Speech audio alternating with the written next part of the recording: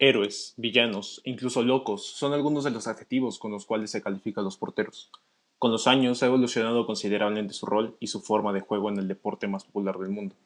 Cada portero tiene su propio estilo y habilidades únicas, pero todos comparten la misma meta: mantener el balón fuera de la red. Los porteros son parte crucial del fútbol, y su importancia no puede ser subestimada. En este video hablaremos de los mejores porteros, haciendo distinción entre dos etapas: pre-Segunda Guerra Mundial y post-Segunda Guerra Mundial, lo cual nos permitirá contrastar estilos y contextos futbolísticos. El primer distinto fue Lake Rose. Considero que un gran parámetro para definir jugadores que se salieron del molde y que cambiaron el rumbo de su posición es que se hayan cambiado las reglas del juego debido a ellos. Durante su estancia en la universidad, Rose aprovechó para unirse al equipo de fútbol. Rápidamente se convirtió en estrella y desarrolló su papel como portero líbero. Su estilo era diferente al de todos los demás, cómodo al lanzarse a los pies de los delanteros y sin miedo de mezclarse entre los rivales. Multitudes se acumulaban mientras, entre ellos estudiantes, eludían las reglas de la época para asistir a los partidos, todos ansiosos por verlo en acción. Sus actuaciones no fueron desapercibidas y empezó a jugar al fútbol de manera profesional en 1895 en el Aberystwyth Town, donde jugó 5 temporadas y ganó una Copa de Gales. Rose se destacó en una época en la que los porteros tenían mucho contacto físico con los delanteros rivales. Fue uno de los primeros en salir del área, en parte porque en su tiempo el guardameta podía tocar la pelota con las manos en toda la mitad de su campo. En 1912 la regla cambió, y el portero solo podía tocar el balón con las manos dentro de su área. Se dice que esta norma se implementó precisamente por Rose, especialista en detener penaltis. También era un showman. Cuando su equipo atacaba, él solía hacer ejercicio en el larguero. Compraba sus trajes en la famosa calle de Savile Row y tuvo numerosas relaciones sentimentales, destacando especialmente su romance con la estrella del music hall, Mary Lloyd. Era todo un rockstar. En 1914, a pesar de tener 36 años, decidió alistarse al ejército para luchar en la Primera Guerra Mundial. En el frente occidental se distinguió y fue condecorado. Se decía que utilizaba su experiencia como portero para lanzar granadas con gran precisión al enemigo. Sin embargo, en octubre de 1916, durante la batalla del Somme, Rose murió en combate. Los historiadores del fútbol galés y el biógrafo de Rose, Spencer Binks, localizaron un L.R. Rose en el sombrío monumento conmemorativo de Thiepval, en el norte de Francia, un recordatorio que permanece ahí debido a los 72.246 militares británicos y sudafricanos que murieron durante la horrible batalla de 4 meses y los cuales no tienen tumba conocida. Posterior a Rose nos encontramos a dos contemporáneos entre sí, Sam Hardy y Elisha Scott, uno inglés y el otro nacido en Irlanda del Norte. Comenzaremos hablando de Sam Hardy. El arquero inglés inició su carrera en abril de 1903 con el Chesterfield Town durante 3 temporadas. En 1905 el Liverpool pagó 500 libras esterlinas por él. Una de las razones por las cuales se pagó tal cantidad por Hardy es por las cosas que se decían de él. Hardy hacía que ser portero pareciera fácil, y hubiera sido considerado un jugador de clase mundial en cualquier época. Era lo que citaban los diarios de la época. Incluso Charlie Buchan, uno de los mejores atacantes de la época, dijo esto sobre él: Hardy lo considero el mejor portero contra el que jugué, por su asombrosa anticipación y maravilloso sentido posicional. Parecía actuar como un imán para la pelota. Tras disputar 239 partidos y ganar la Football League First Division en la temporada 1905-1906, fue transferido al Aston Villa en 1912 por 600 libras esterlinas, donde en su primera temporada consiguió la FA Cup. Años después, la Primera Guerra Mundial estalló, y Sam se enlistó en la Royal Navy, combatiendo. Tras el término de la guerra, Hardy volvió al Aston Villa, consagrándose por segunda vez campeón de la FA Cup tras derrotar 3-1 al Chelsea. Hardy era considerado el mejor portero de la liga inglesa antes y después de la guerra. Su último club fue el Nottingham Forest, los cuales pagaron 1000 libras esterlinas por él. Llegó para rescatarlos de la segunda división y se mantuvo activo hasta 1925. Ahora pasemos a hablar de Elisha Scott. Jugó para Linfield y Broadway United antes de que el técnico de Liverpool, Tom Watson, lo contratara en septiembre de 1912, siguiendo una recomendación del hermano mayor de Scott, Billy Scott. El Liverpool solo tuvo la oportunidad de fichar a Scott cuando el Everton decidió que con 19 años era demasiado joven para estar en sus filas. En su debut frente al Newcastle, la crítica periodística dijo de él: su debut fue brillante y un grato augurio. Tras este partido, Newcastle ofreció 1000 libras esterlinas por Scott. Scott, sin embargo, se convirtió en el punto de referencia del equipo, concediendo la menor cantidad de goles que cualquier portero de la división en 1921, cuando el Liverpool terminó cuarto. Sus paradas acrobáticas y su severo manejo de la defensa lo convirtieron en un favorito de los fanáticos, y la multitud de Anfield incluso dedicó su primer cántico individual en su honor.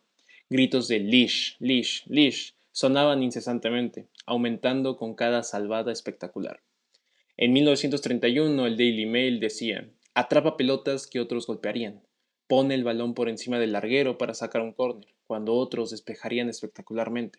Scott nunca se arriesga, lo cual nos habla de un estilo conservador, con ciertas piruetas, pero muy efectivo. Un portero maravilloso, el mejor que he visto, concediría más tarde Donald McLean en The Red Journey. Posteriormente, Mark Platt decía: lo puse por encima de Sam Hardy. Un hombre que secundó esa opinión fue el legendario delantero del Everton, Dixie Dean. Dean, que marcaría 349 goles en 339 partidos para los Blues, no tenía dudas sobre el calibre de hombre que tantas veces lo frustraría en los derbis de Merseyside. Puedes tener a Swift, Trautmann, Banks, Wilson, puedes tenerlos a todos, pero yo me llevaría a Elisha Scott. Scott estuvo inamovible en la portería de Anfield, disputando cerca de 500 partidos.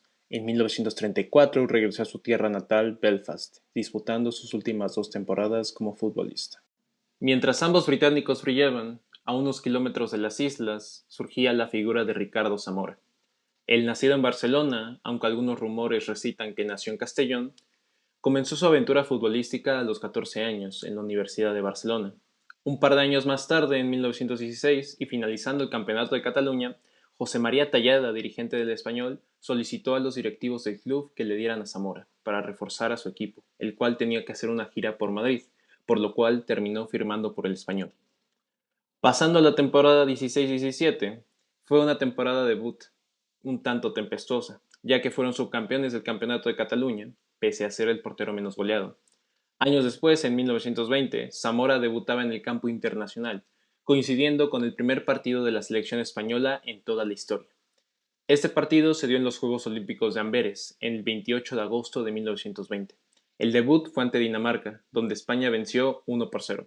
Un durísimo encuentro contra los subcampeones de Estocolmo 1912. Entre 1920 e inicios de 1922, Zamora vivió sus años dorados con el Barcelona. Posterior a Amberes, fichó por el mismo equipo, ganando un título autonómico en 1921 y 1922, además de la Copa de España por segunda vez en su carrera, tras vencer al Real Unión Club en la final por un marcador de 5-1. Para 1922, los clubes eran totalmente amateurs, pero los jugadores ya no lo eran. Zamora era de los que menos cobraban en Barcelona y reclamó una mejora salarial. Tras no recibir una respuesta concreta y a la hora de firmar su contrato, él los rechazó y se terminó mudando nuevamente al Español. Pasando el año de 1924, Zamora repitió la experiencia de participar en los Juegos Olímpicos, ahora en París, aunque esta vez no hubo tanta fortuna ya que en la primera eliminatoria de los españoles fueron vencidos por los italianos. Pasando el año de 1926 se daría uno de los eventos más importantes para el club español, ya que se organizaría la primera gira por Sudamérica. Para su tercer partido de esta gira se enfrentaron a la selección argentina, suscitándose un encuentro único. Chocaban en el terreno de juego el mejor guardameta de América contra el mejor guardameta de Europa. En su momento hubo periodistas españoles los cuales consideraban a Américo Tesorieri igual o mejor que Zamora. En 1930, un giro impactante dio en la carrera de Zamora, ya que después de irse prestado al Elche para una gira, a su regreso al cuadro español lo recibieron con una oferta de 100.000 pesetas por parte del Madrid, la cual no pudo rechazar ni el jugador ni la institución. Zamora formó parte de los primeros galácticos, ya que esa temporada el Madrid fichó a Quincocés, Siricaco, Olivares, Vestit y Ateca, nombres relevantes de la época. Las pretensiones del Divino eran realmente altísimas, siendo el jugador de la liga mejor pagado. Para ponernos en perspectiva, su salario se comparaba entonces al de un ministro. Tras varios años en el Madrid consiguió 2 campeonatos de liga y 2 Copas del Rey. Finalmente, para 1937 fue nombrado jugador-entrenador del Niza, sustituyendo al checoslovaco Karel Kruvna. Y finalmente, para abril de 1938 disputó su último partido como profesional en el Niza, durante un partido de la Copa de Francia contra el Hapoel. Ahora pasemos a hablar de un portero el cual ya mencioné, Américo Tesorieri. Este guardameta flaco y desgarbado de 63 kilos y 1,71 de estatura nació el 18 de marzo del 99, pero del siglo antepasado, en la calle Bransen de Buenos Aires. Fue uno de los grandes ídolos de Boca en la era del fútbol amateur. Y hay que rescatar una curiosidad sobre su nombre, ya que su nombre original fue Américo Miguel Tesoriero. La tribuna lo reconoció como Tesoriere y la costumbre fonética lo definió por siempre como Tesorieri. Con el equipo de la Ribera atajó entre 1916 y 1927, excepto en 1921 cuando jugó para el Club Atlético Colegiales. Conquistó muchos títulos con Boca e hizo parte, con un muy buen desempeño según las crónicas de la época, de la gira de su club por Europa en 1925, en la cual se cruzó con Zamora. Además, fue portero de la selección argentina en los Sudamericanos de 1920 a 1925. De su paso por la selección argentina se recuerda una gran actuación en el Sudamericano de 1924, en Montevideo, cuando Argentina logró un 0-0 frente a Uruguay, el cual fue considerado como una hazaña por parte de Tesorieri, el cual fue alzado en hombros por sus oponentes. Al final los campeones fueron los uruguayos, pero era de esperarse, eran el mejor equipo del mundo para esa época. En los últimos años se dedicó a su familia y a sus escritos. Era un gran poeta. En su poema Ocaso reflexiona sobre las dificultades y el sentimiento de un deportista cuando se aleja de las canchas. Y voy a recitar una parte de este poema. Las canchas me hacen penar, porque ya no puedo jugar. Entonces, mi bien, ¿a qué ir? ¿Recuerdas a un muñeco de gris? Todos los aplausos eran para ti, los golpes, los denuestos, para mí. Escuchemos, querida, por radio el partido. Está fría la tarde y más frío el olvido. Cruzamos el charco otra vez y nos acercamos cada vez más a la Segunda Guerra Mundial. Hablaremos de un austriaco, y no el que ustedes creen. Hablaremos de Rudolf Hiden. En su juventud, la leyenda austriaca era aprendiz de panadero, y se convirtió rápidamente en el portero de los equipos juveniles de su club, con el apoyo de su entrenador Mayor Opitz. A los 16 años debutó en el equipo. Su carrera lo llevó al equipo de fútbol Estiria, jugando su primer partido internacional en 1926. Sus logros con el equipo de Estiria contribuyeron a ganar el campeonato de ese mismo pueblo y despertaron el interés de los clubes vieneses, los cuales eran los más grandes de Austria. Tras permitir solo 3 goles en 10 partidos, se trasladó al WAC en Viena en 1927 por la suma de 500 chelines y la autorización de su madre. En la Viena de los años 20, el fútbol era una distracción popular, y los jugadores exitosos eran venerados. Hiden, que con solo 18 años cruzó Semmering, una localidad de Austria, en moto, dio los siguientes pasos en su carrera casi legendaria, y una leyenda también se alza en el comienzo de sus años entre los puestos vieneses. Hiden se convirtió en un ídolo, y su habilidad en el campo le valió el apodo de Hindenburg. Con solo 19 años, el célebre León de Prater, el cual fue otro apodo que le dieron, debutó el 6 de mayo de 1928 en una victoria por 3-0 contra Yugoslavia, con la selección austriaca, a la cual defendió en un total de 20 ocasiones hasta 1933. Otro caso fue el 5-0 que le propinaron a Escocia, el cual es uno de los partidos más memorables de esa Austria, ya que Escocia hasta entonces estaba invicta en el continente. Para 1931 pasó a la historia el nacimiento del llamado equipo milagroso. Este equipo inició una serie de éxitos, los cuales continuaron con las victorias frente a Alemania por 6-0 y 5-0, frente a Suiza con otras 3 victorias, Italia por 2-1, Hungría con un 8-2 y un 3-2, Bélgica con un 6-1 y Francia con un 4-0, lo cual lo posicionaba como uno de las potencias del continente. Años después se le ofreció un contrato a Hiden por parte del Arsenal, tras una victoria frente a Inglaterra. Hiden no pudo trasladarse a Inglaterra debido al rechazo de un permiso de trabajo. La transferencia del jugador de 21 años en la meca del fútbol de su tiempo valió una increíble cantidad de 2.600 libras. Hiden finalmente logró dar el salto al extranjero y después de transferir una tarifa de 80.000 francos, en 1933 se trasladó al Racing de París. Cuando Francia impuso reglas restrictivas, Hiden adoptó la ciudadanía francesa, y esto lo conoceremos en un rato. En su año más exitoso, el hombre venerado por los fanáticos como Merlín, una referencia al mago, debido a sus actuaciones mágicas, ganó tanto el campeonato francés como los títulos de la Copa con los parisinos en 1936. Apenas 6 meses antes de que Francia fuera ocupada por la Wehrmacht alemana, Hiden jugó su primer y único partido con la selección francesa, el 18 de enero de 1940, en el, perdón por la pronunciación, Prince Park Stadium de París. El equipo internacional francés, en cuyas filas incluía a otros 2 exaustriacos, derrotaron 3-2 a Portugal. Posteriormente, durante la Segunda Guerra Mundial, Hiden sirvió en el ejército francés y fue hecho prisionero por Alemania.